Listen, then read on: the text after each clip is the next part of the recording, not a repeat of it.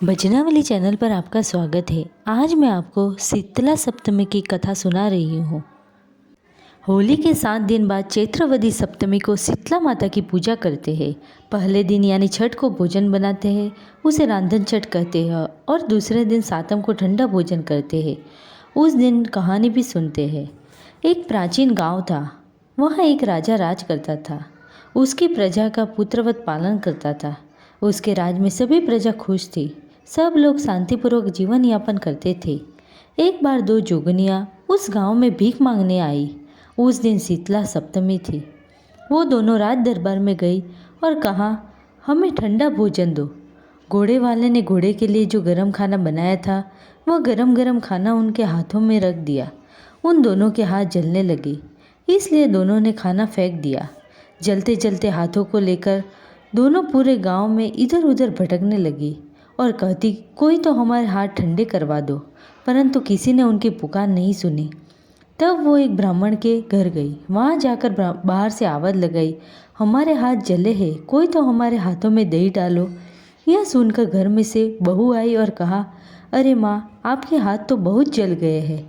मेरे घर में बहुत दही पड़ा है, परंतु मेरी सास व ननद बाहर पूजा करने गई है, और जब वे वापस आएगी तो पूछेगी, दही किसने खाया।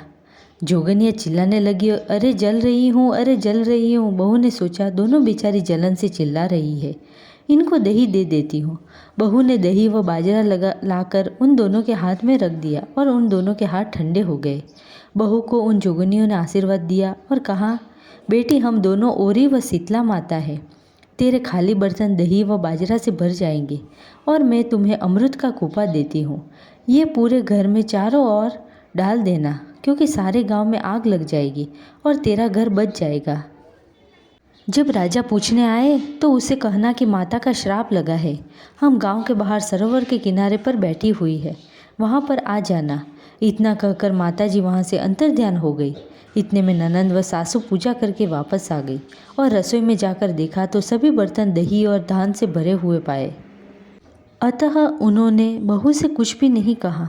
सारे गांव में आग लग गई, पूरा गांव जल गया, परंतु ब्राह्मण का घर बच गया।